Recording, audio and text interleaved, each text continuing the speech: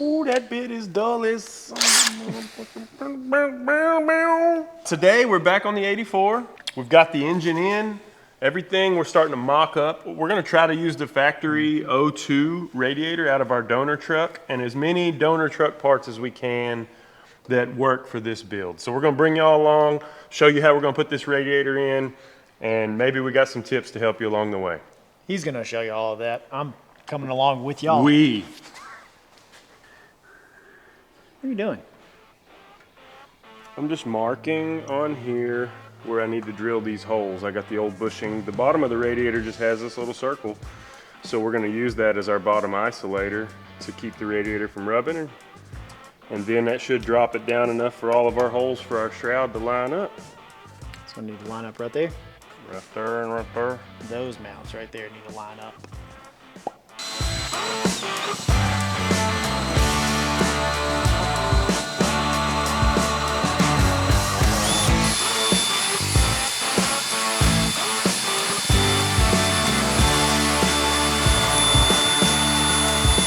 So our donor radiator is in the truck. The easiest way to tell you how to do it, these are thread setters, and this is a thread setter tool. This goes in kind of like a rivet and crushes in place, and I just had to move the holes up just a little bit on this bracket and put these thread setters in there, and now the radiator is in the truck, and you can use all the factory hoses for the O2 or for your LS donor truck. This is the 84 C10 factory mounts and shroud on top of here. Now we're gonna pull this front clip off and start putting all the accessories on the engine and keep moving forward on this truck, so y'all come along.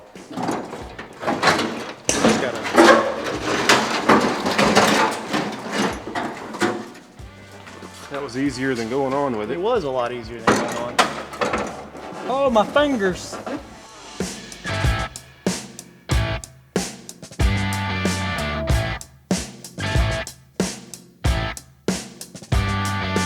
I gotta go out here in this dirty truck and get this throttle cable. I'll take a couple tools with me. I think it's gonna be a 10mm. We shall see. Looks like it's gonna be a bigger deal than I thought. But I'm gonna go in here and pull out every screw I see.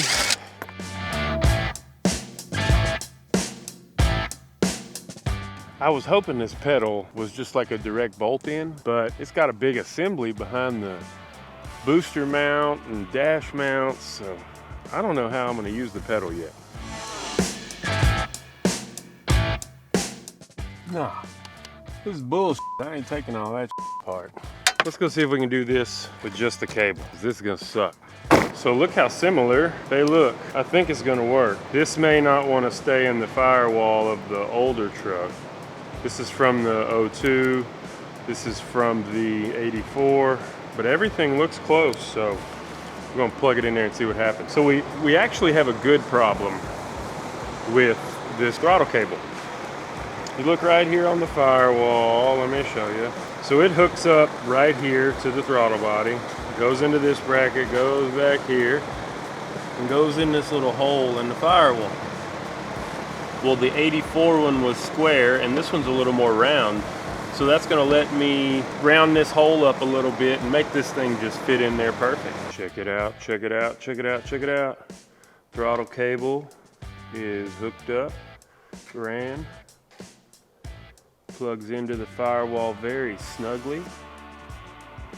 And is hooked to the pedal, and it all works. That's one more step done. Here we go on to the next step. I don't know what it is yet, but I'll let you know, so stay tuned. Now, we got our shifter linkage to go from the column shift on the 84 to the 4L60E that came out of the donor truck.